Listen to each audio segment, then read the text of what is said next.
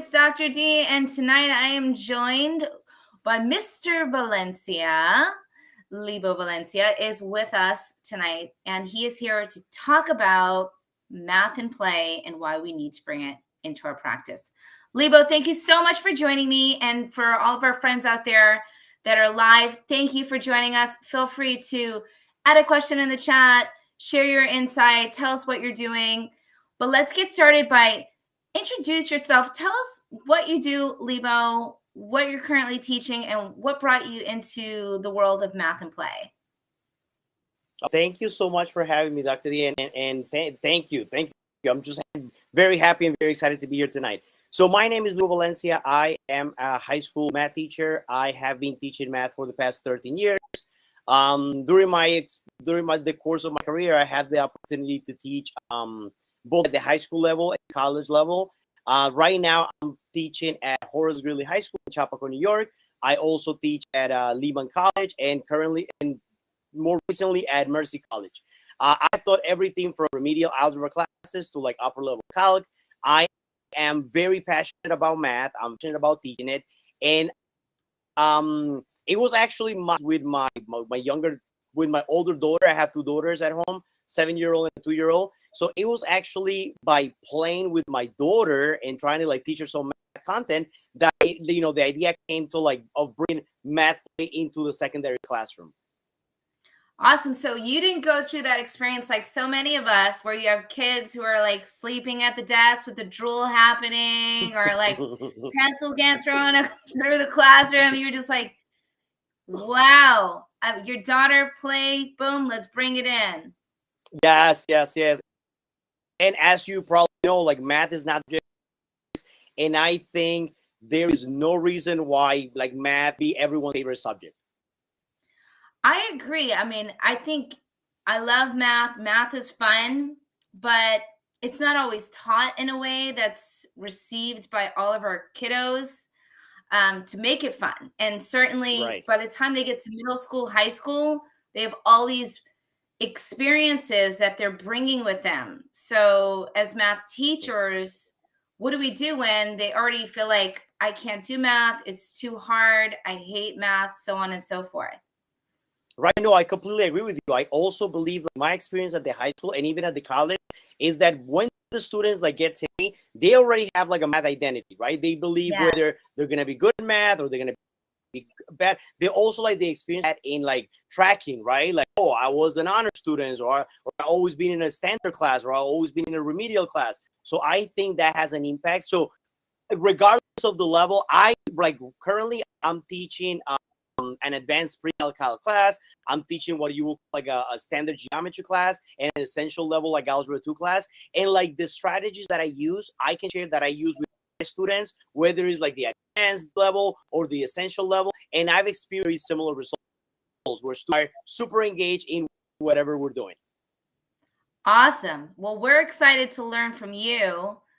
I know for myself as a teacher educator, too often I go into these math classrooms and I see like a Kahoot or a Quizzy.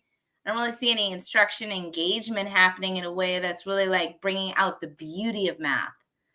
So I love your work and what you're doing. You and I found each other on Twitter because I was like super excited to see all the awesome stuff you're doing. So with that being said, come and wow us. Let's see the magic of bringing math into the classroom. Oh my God. You're putting a lot of pressure on me. Let's see. I hope you like the presentation. Let's see. Okay. So my name is Libo Valencia. I'm a math teacher. I am pretty active on Twitter. I think that's how we connected. My Twitter handle is at Mr. Valencia 24. I am very passionate both about math and teaching. I strongly believe that understanding math can help all students develop critical thinking skills and problem-solving skills that can be utilized beyond the math classroom. I love using different technologies to engage my students, to bring math concepts to life. I feel that the technology that we have nowadays, there's no reason why we shouldn't be using it in the classroom. Also, our students are very comfortable using all this technology. So if we can use for the good of like teaching mathematics, making it engaging and having students not. I also mentioned that during my career, I had the opportunity to teach everything from like algebra classes to calc classes, both at the high school and college level. So I am very passionate about teaching, about like what I do. But being a teacher is actually the second most important job that I have. The first most important job that I have is being a dad. So I am the father of two little girls. I have a 7-year-old and a 2-year-old. My 2-year-old does whatever she wants, so like she doesn't listen to anybody. But my 7-year-old like listens to me sometimes, and we have been doing what we call math play since very early on. So she was like in pre-K, like pre-K 3, pre-K 4. We started like, as a math teacher and somebody who loves math, I will like buy sets and shapes and cars and things, and we'll go down to the basement to the point where she will say like, are we gonna go play, or are we doing like math play?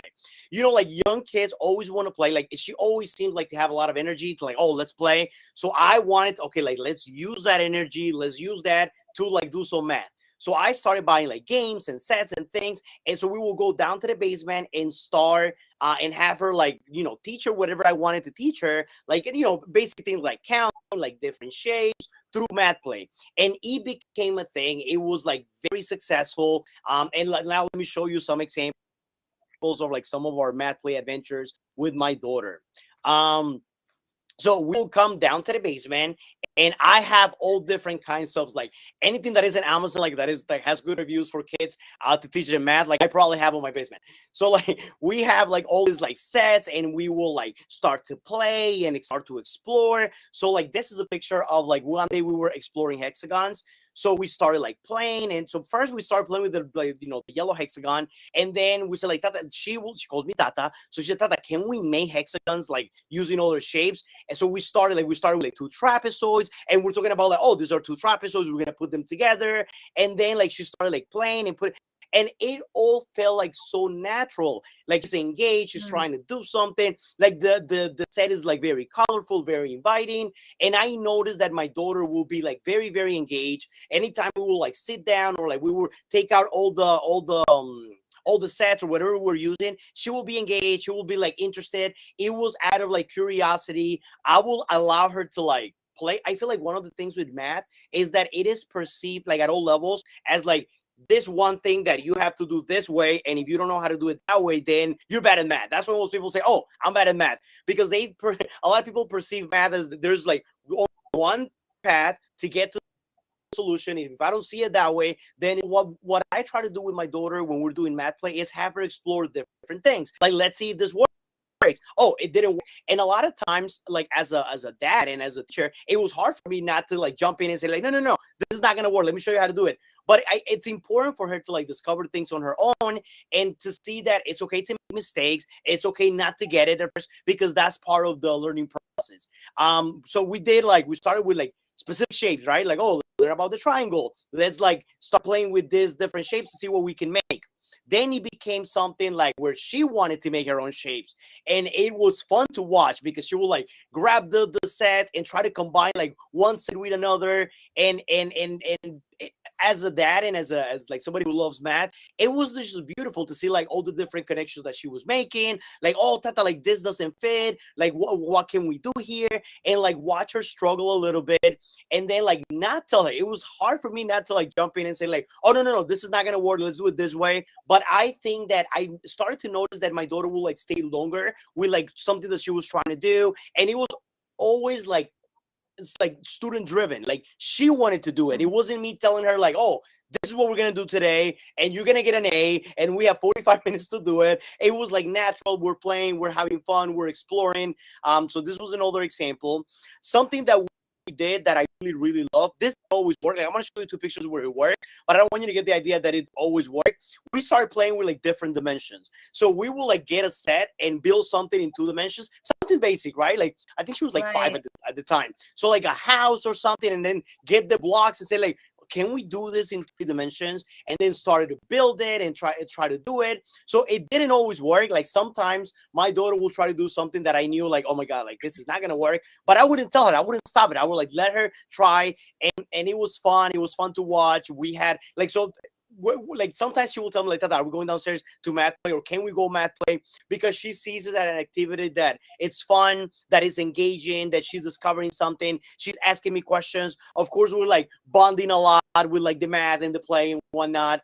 So this has been a very positive experience. Like I said, we have now like a lot of different technologies. A lot of these technologies are free. Like with my daughter, we love to use the Math Learning Center.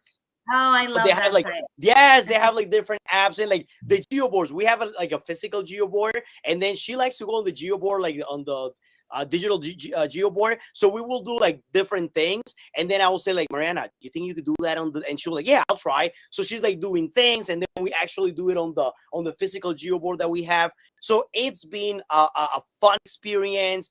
It's one of the things that I like to like share is that I'm not an elementary school teacher. I have no experience teaching elementary school students other than my daughter. My experience secondary and like Right. post-secondary. But yeah, but like what I see with my daughter is that she was always engaged, she was always happy. And Dr. D, one thing that I started to notice is that it became like a thing that she wanted to explore. I love sharing this story. There was like one night that we were like getting ready to go to sleep, and of course she's taking her sweet time.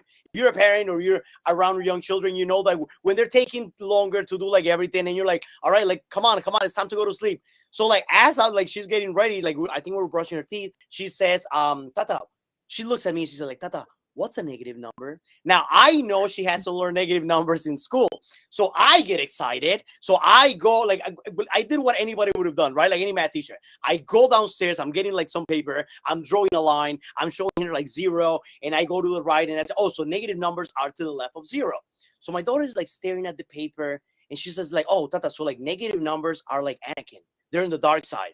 And I'm like, yes, that is Nice. exactly where negative numbers are. So now I'm like running back. My wife is like, what are you guys doing? I said, wait, she just asked me like, what's a negative number? She cannot go to sleep. We have to get to the bottom of this. So I go downstairs, get some Legos, and now she like sees a visual of it. And it was nice. So like the math play that we did at home has like, I believe it has made her like a better student. Like she knows that math is not just like one thing. Like she's willing to try things. It's okay not to know. It's okay to do things that are not going to work. And it's been just like a fun experience too. Now, Dr. D, I know that I speak fast, so I on purpose like did this on the presentation. I'm gonna pause myself because I know I get too excited sometimes. So like I like to pause, and if you have questions or anybody in the audience has questions, yes, this will be a good time. Yeah, I just want to piggyback on a couple things. Like you started talking about pattern blocks and how Yes. you allow students to start exploring some relationships. And Mm-hmm. what I noticed, and you also talked about noticing, right? Because that's a big thing as a teacher, is just being present for like the math happening to happen. Mm-hmm. But I also noticed in terms of my own experiences in the classroom is how when you invite play into the classroom, math becomes so much more of a language rich experience, right? Definitely. And typically, yeah, the language doesn't usually happen to like, who knows when the kids are experiencing a word problem and they can't make sense of the problem, right? Mm-hmm. But Mm-hmm. if we build in these language experiences through play and through exploration, then the meaning making can happen and students can start classifying and differentiating between, a three-dimensional shape or a flat shape, or side lengths and angles and the names of the shapes. So Right. I love It that. becomes it. I'm sorry. Yeah. It becomes very concrete. It becomes like it's there. We're playing. We're touching it. It's not this abstract thing that we're just like reading about her. Like she's touching it. She is exploring it. She's like seeing what it looks in 3 dimensions. We're trying to like we did it in 2 dimensions. So yes, I completely agree. It does add like a layer of like there's like a different purpose to it. Like we're using it right now. The math that we're learning for like try to build this shape and then translate it into 3 dimensions. So my question is, because play just for the most part comes very naturally for that age, right? Developmentally, they're in that space of exploration. How do you move that pendulum in a middle school or high school classroom where kids Right. may not have those experiences? Right. Okay. So that leads into my next thing. So like after seeing like how successful it was for me to like math play with my daughter, of course I started thinking, okay, like can we have this much fun at the secondary level? And I'm going to be honest, like I'm not doing math play in my classroom every day, because that's, I mean, I wish I was, but that's not realistic, right? I'm not doing math play every day, but I found that it can also be very successful at the Mhm. secondary level. So one thing, like before I started doing like math play with my students at the high school, I was like hesitant. I was like, oh my gosh, should I do this? Are they gonna think that this is silly? Like it's whatever we do is like attached to a grade, so it's different. They're like teenagers, so Right. like are they gonna think that this is? So I started. I've done different activities. I have a couple of examples. So my pre-cal students were learning about like conic sections, where you do like parabolas, circles, ellipses, hyperbolas, and whatnot. So we did, like I saw that this was on Twitter a few years back, where the Pringles Ringle, right? They use Pringles to like make a circle. So what we decided to do in class is I had students build the ring, right? The circle's ring, and then they took a picture of it, they put it on Desmos, and they found the equation for that particular circle. So this was like a very like fun, engaging experience where they had to build something, then they had to actually write the equation of the circle. I've done this activity both like in person. If you look at the picture on the right, that's in a classroom. It's a lot of fun. And then also like because of the pandemic, we also have done it where students do it at home, and then they take pictures of it. But this is engaging, this is fun, the students loved it. It was interesting when we did this activity because the student did like their circle looked like an ellipse, so they actually ended up using the equation for an ellipse for like their project. So it was fun. It's different. It's not like your regular, okay, here's like a problem set or a worksheet of 10 problems where we're gonna do the equation of a circle. They're doing one, but it's like meaningful. They understand it, and these are things that they actually like take with them, things that they remember. So projects like this bring the classroom to life, bring the math to life. The students are like highly engaged.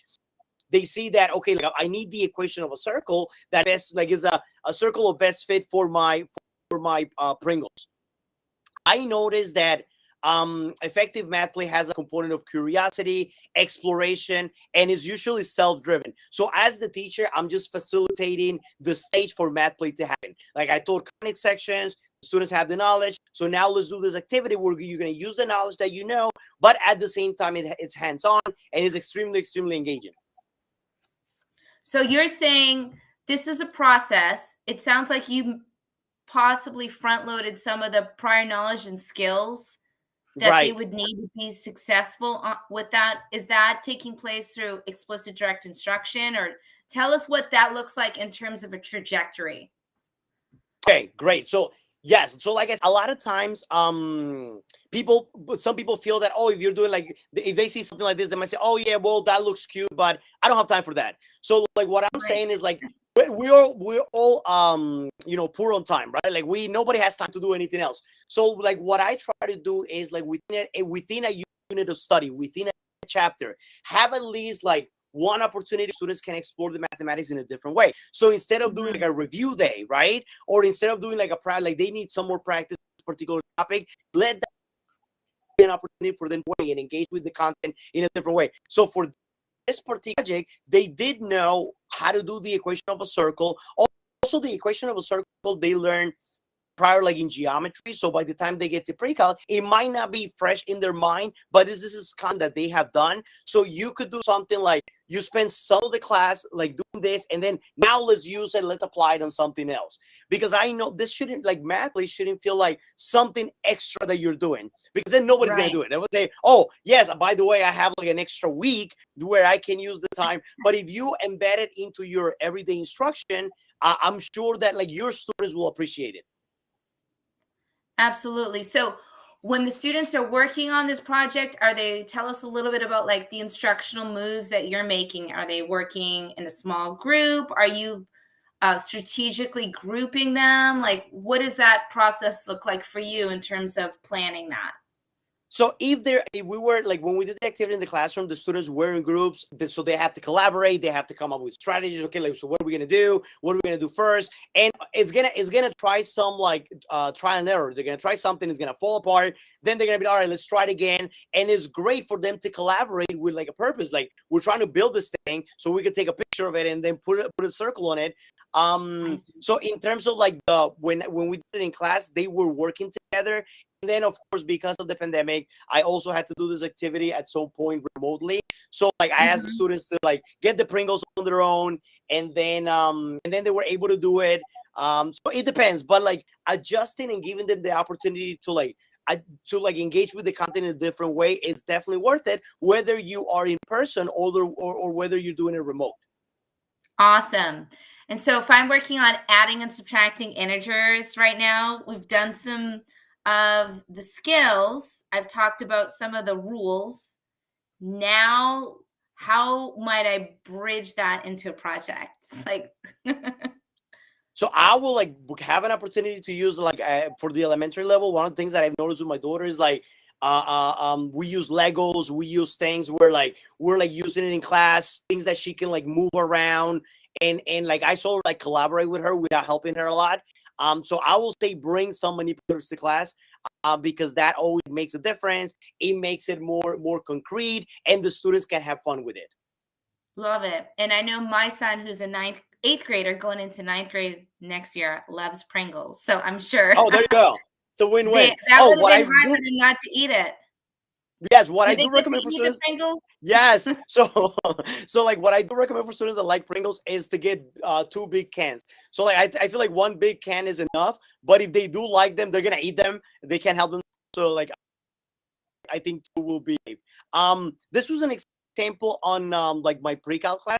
I also did something similar like with my college students. So with my college students, we were doing a unit on like optimization.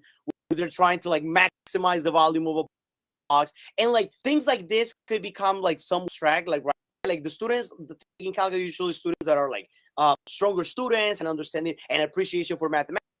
But so what we had them do is like we did this, you like some problems on optimization. Then the next day they came in, and as they were coming in, I was giving them a piece of like printing paper, and I said, Uh-huh. all right, so now let's build a box with the maximum volume, given this the dimensions of the piece of paper. So it was fun. I also use GeoGebra for like Nice. this particular project, so where they could see like what is the relation between like the slope of the tangent line, like what is the maximum mean, right? So it was nice to make all those connections, and I feel that technology tools like GeoGebra, like Desmos, are great for students to use. And there's no reason for us to like, instead of doing, I don't know, like 10 different questions on like a particular thing, do one question but like explore it very like in depth. So we did the project, and then we got to like build the boxing class, and then they got to decorate it. So it was nice. It was that they were highly engaged. This was at the high school level. These were like college students, and they all had a good. So you could see like they took it to the next level when it came to decorate. And what I noticed once again was that the students were like highly engaged. I also noticed that like when doing math play at the high school level, the students will tend to persevere more with the problems. You know, like when students get stuck, then, oh well, I don't know how to do this, Mr. Valencia, you better come help me, because like I don't know what's happening here. But if they're doing like math play, if it's something that belongs to them, they're making their own box, they're making their own circle, like it has like a different meaning. So they Right. tend to like, there's like a layer of like ownership, like this is my project, I'm trying to figure this out. So I've noticed that they tend to stay more with the task. Awesome. I so what I hear from you is that it sounds almost like a STEM-based approach, right? Because it's very constructivist, there's ownership, they're constructing, there's these different iterations of evaluating your process and evaluating your thinking, and then having these different iterations of working through it and Right. dealing with failure, right? Mhm, So it mhm. sounds like you're preparing them for the real world. I mean, Yes.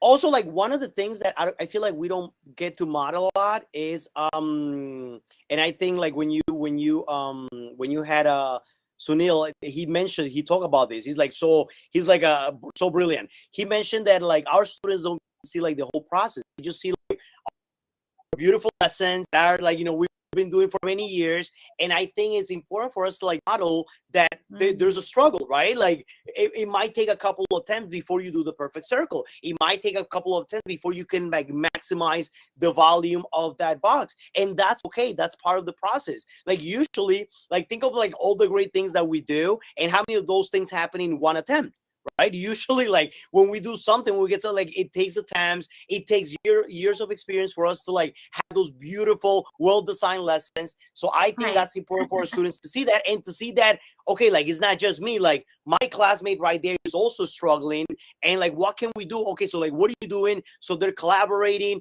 we're modeling that it's okay not to know like right away, that it's like mistakes are part of the process. And I feel that overall it helps. Not only are they engaged and whatnot, but it helps with the perception of mathematics being this thing, oh, you either know it or you don't know it, and there's only one approach to do it, because that shouldn't be the case. Yeah, I used to always give out prizes whenever my students would catch me make a mistake. There you You go. know? I mean, because I want them to, like you were saying, see that everyone makes mistakes, right? It's Of part of the course. process. It's part of it. So, and I make even the simplest mistakes, right? We all do that. Um, but I love how you're bridging this gap for kiddos, because I feel like so much of what we can find in a textbook, kids can just Google the answer. And certainly Oh, definitely. with distance learning, right? Photo math became extremely popular. So you can't photo math these problems, right? Right. Oh my God, I'm so happy that you mentioned that, because this leads into like the next part. So, Awesome. um, it was like we were connected. Like you had all the questions. Like people might be thinking that we rehearsed this. Okay, so another thing that we did is like to like with my pre-cal students, within the unit. I think the first time that I did it was within like rational, or when we did like conic sections. I decided to give my students Desmos art project, and like Dr. D, like part of the reason was that any question, like pretty much like any question that I give them, they can Google. They can like type to Right. Google, and Google like will break it up step by step. Like this is what you do. So like how much of that work that we're getting was it, because this was by when we're doing distance learning. So I feel like, okay, like this is not like, I don't know, like I hope that this work is authentic, but how do I know if it's authentic, right? So I decided to give them a Desmos, like a Desmos art project. So I told them to like include like different types of functions. I think the instructions for like the final project, because like it was, they liked it so much that we did it like 3 times. So like I asked them to like Wow. create some Desmos art using like some types of equations, some types of functions that we have done in class, whether it was like linear, quadratic. Now, I was on purpose trying to be very loose with the directions. So I was like, okay, use the conic sections that we did in class. You should have at least, I don't know, like 6 equations or 10 equations. And then what I had them do is like, it was different projects. So I teach at Horace Greeley High School in Chappaqua, New York. So like our very first project was based on like school spirit, because like I Mm, wanted the project to be like authentic. Like let's do something that right. that you're gonna do for your school and for yourself.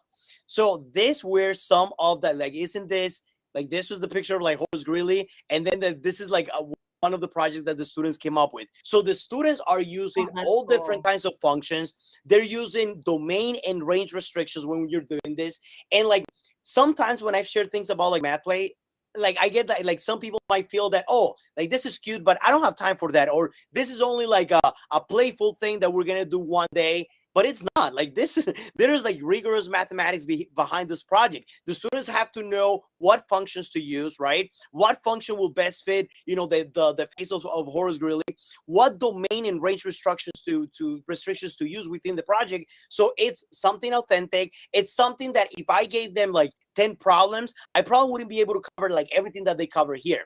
The other thing that I noticed is even if I only for like 60 equations, this it was unbelievable. They did like 40 equations. They did like 50 equations, and it was because like the project meant like there was like ownership behind the project. They Right. wanted the project to be nice, to like. So this was like there were a couple of examples here, a couple of examples with like the initials of the school. Somebody like made a hat, and then I was like, they absolutely love this project. They were like super engaged. I also like to mention that when we did this, the students didn't have a lot of experience with Desmos. Like they knew it was a graphing calculator, but like we did this together. We spent like there was like a half day when we started, and then we used like another class session. So it was like a day and a half of class time that we spent doing this project, and it was amazing. I learned so much because like the students will have questions like, Mr. Valencia, how do I restrict the range? And I'll be like, I don't know, let's see. And then as I'm like trying to figure it out, another student will figure it out.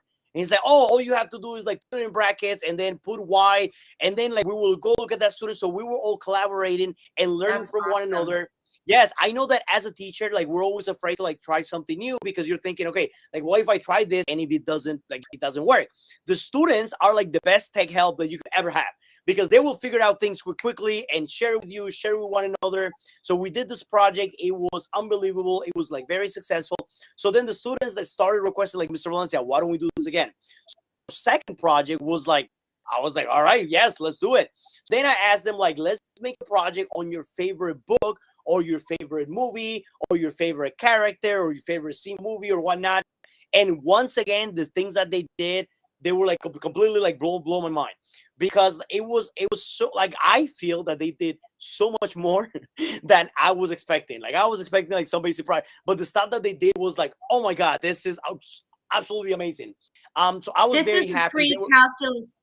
This is This is pre-calculus. pre-calc students, and the knowledge that they had were like functions like linear functions, quadratic. They've done conic sections. They started bringing like, Mr. Valencia, can we do like trigonometric functions? Because I remember like somebody was doing something. I think it might have been the next one. It might be like something with SpongeBob, where like like they have like the wave on top. So they said, oh, what if I do Yeah. sine? What if I do cosine? So they started doing that, and it was absolutely amazing. The students were like highly engaged. I could tell that they work on these projects at home.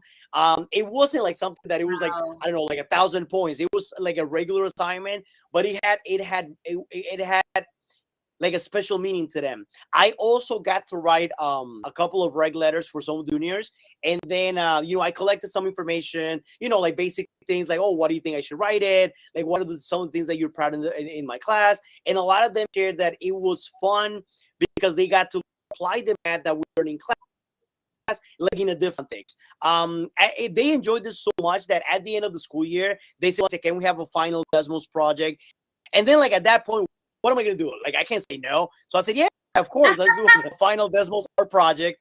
And they like every time they did a project, it was like I was blown away. I was like, oh my god, this is amazing. Like I'm sharing it on Twitter and I'm like showing everybody, like, look at what my students did. And like the students nowadays, social media is a big part of their lives. So when they see that I'm sharing, their things, they're like sending it to one another. It's nice. It's like the math that we're learning, it's not limited by the classroom, or it goes beyond the Sure. classroom. They're applying the content. They're like other people are seeing what they were doing. So it was really, really fun to watch and like make all those connections, because like within the unit of like conic sections, they got to apply like rational functions, and they got to apply quadratic functions, and they brought in trigonometric functions. So like it like connections. Like I feel that sometimes with math is like way we teach it is very linear, is very like structure based, but if we can like like bring in things from different topics and they can start seeing connections, I think that helps them develop a deeper understanding and appreciation for the mathematics.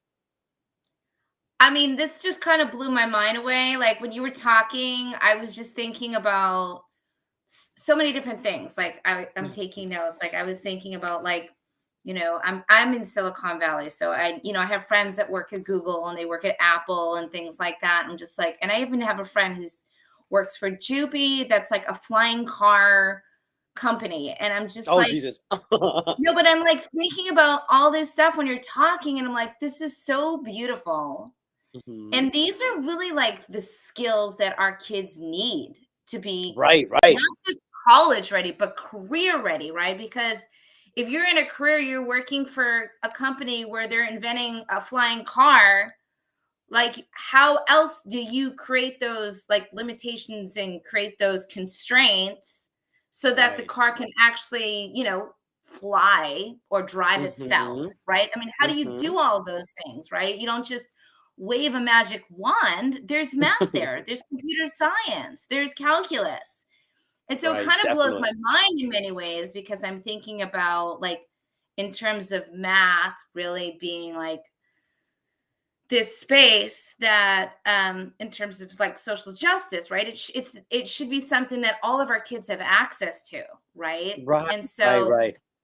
I know there's a big movement right now to change that in high school, and to have different math pathways. So I don't know if you're familiar with that, but I'm just like curious about like what would be, and I don't have the expertise. When I see this, I'm like, this is so beautiful. And maybe I'm 100% wrong, but like what would be a limitation for a child or for a student in high school that doesn't have access to calculus or pre-calculus to do this type of amazing work that really promotes like critical thinking, problem solving, and everything else that I'm seeing tonight. I mean, what do you say to that?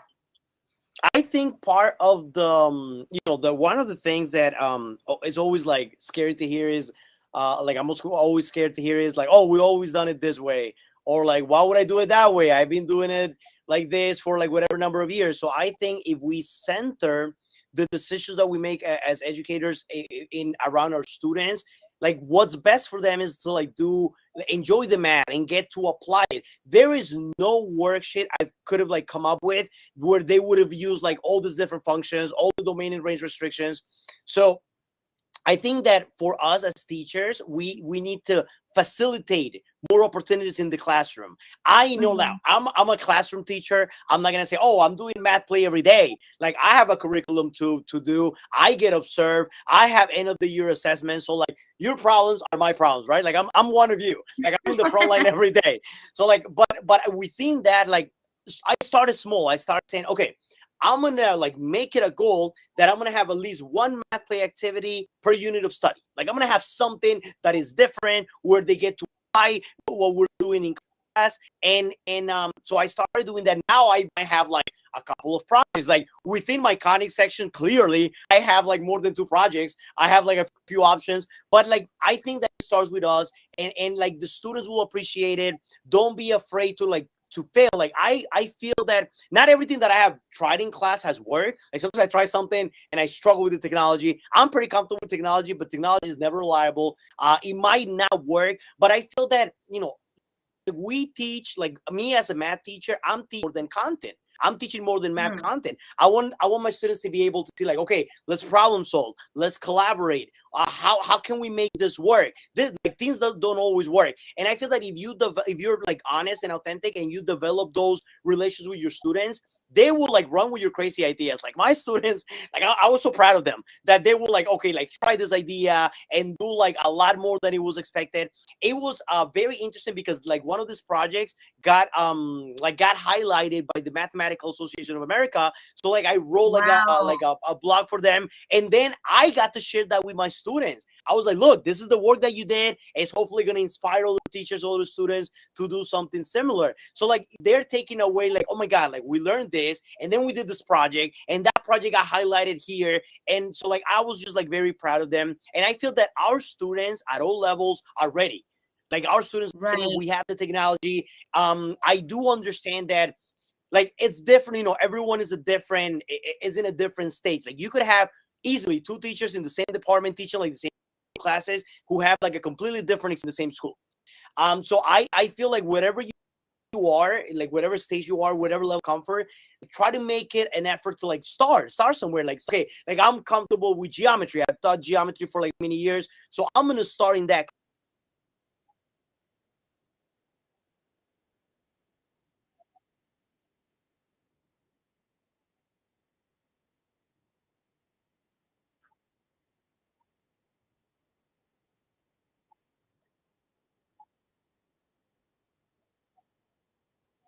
Right.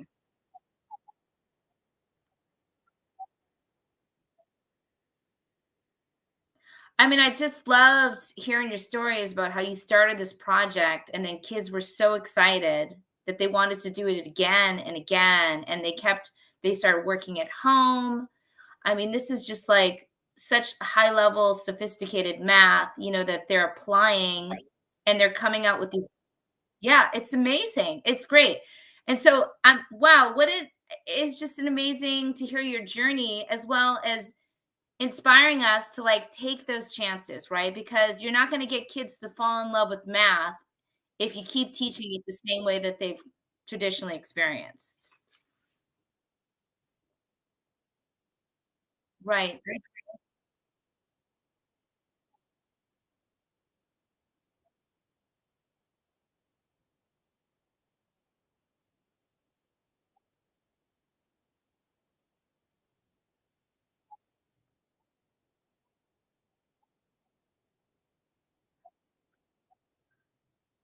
Yeah, and I wanna piggyback on that, and just if you don't know where to start, start by asking your kids what they're interested in. So, for example, you talked about your daughter. My daughter, when she was homeschooled last year, she was just fascinated with Roblox, and so, she was learning about base 10 and adding and subtracting three-digit numbers. So I, like you, went to the Math Learning Center and got those base 10 blocks. But I put them in a context. I put them in the context of her favorite Roblox game, which at the time was Adopt Me. She loves Adopt Me. And so she got to buy all these different pets that we kind of created that, that she was interested in. And if she was really engaged in the problem solving process because it was, I was inviting her to enter the world of math through something that she was already, really excited about. So, mhm, right.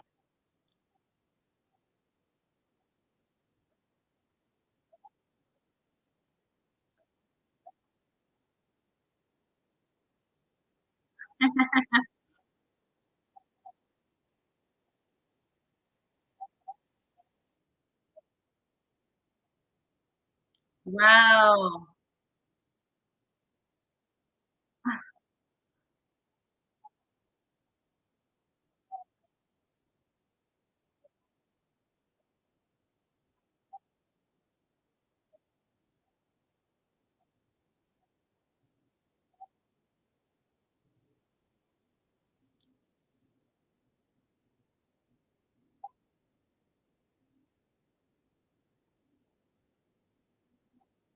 Right.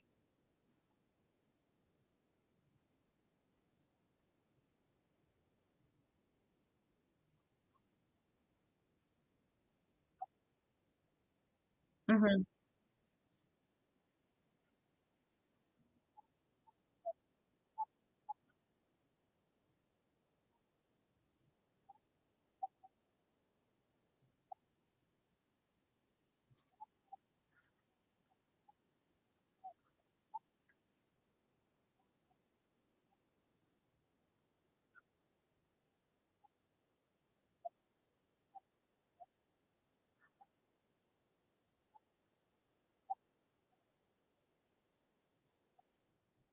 Awesome. I love that. And you talked about that, how that ties into their world of being in social media.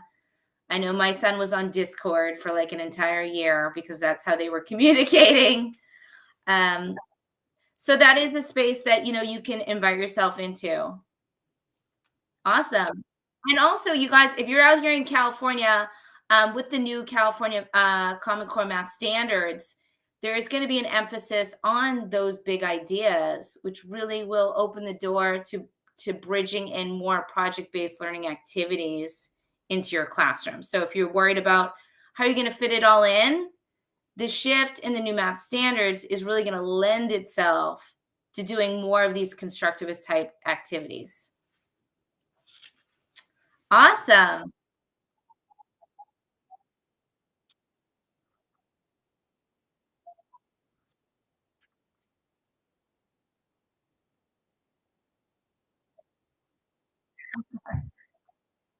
Right.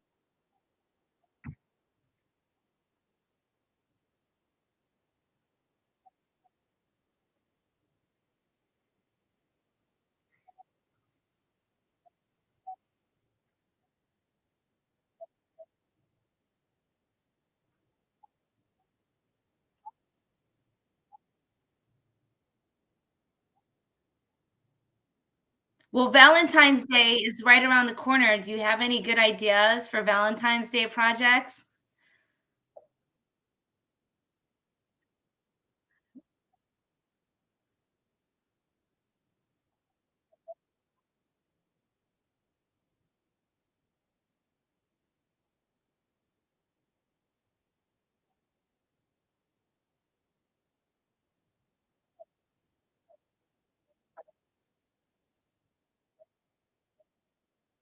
Wow.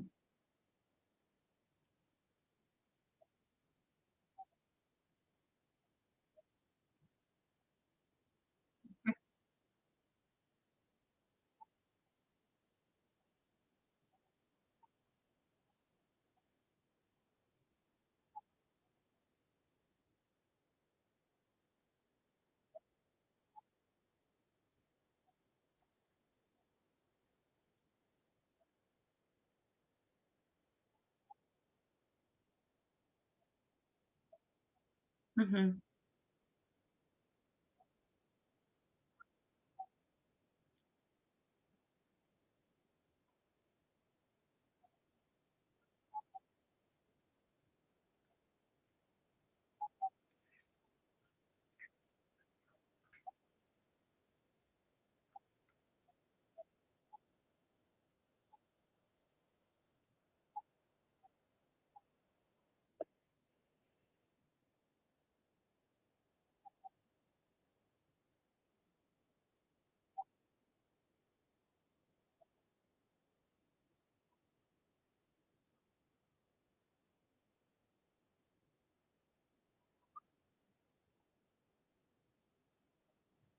Awesome. Yeah, well, we got the Super Bowl coming up, so definitely can do some positive, negative integers there.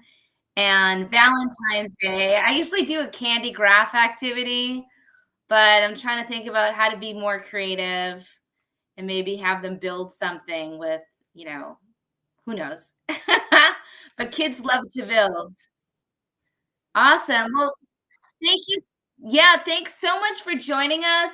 And you're at Mr. Valencia. So definitely send him a tweet out. I always tell my student teachers get on Twitter. You don't have to reinvent the wheel. There's people that are already out there doing it. So save yourself some time and some money. You don't have to go to Teacher Pay Teacher. You can get it for free on Twitter. So join us.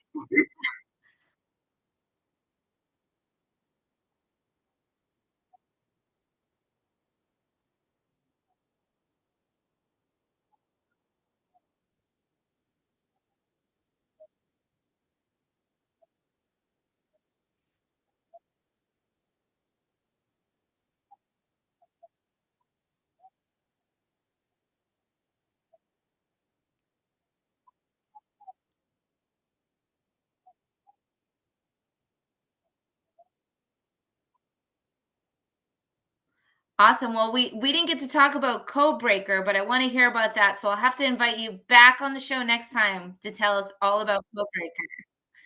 All right. Well, thank you so much, Mr. Valencia. I know you got an early day tomorrow teaching in New York City, so I'm gonna let you get some extra hours of sleep.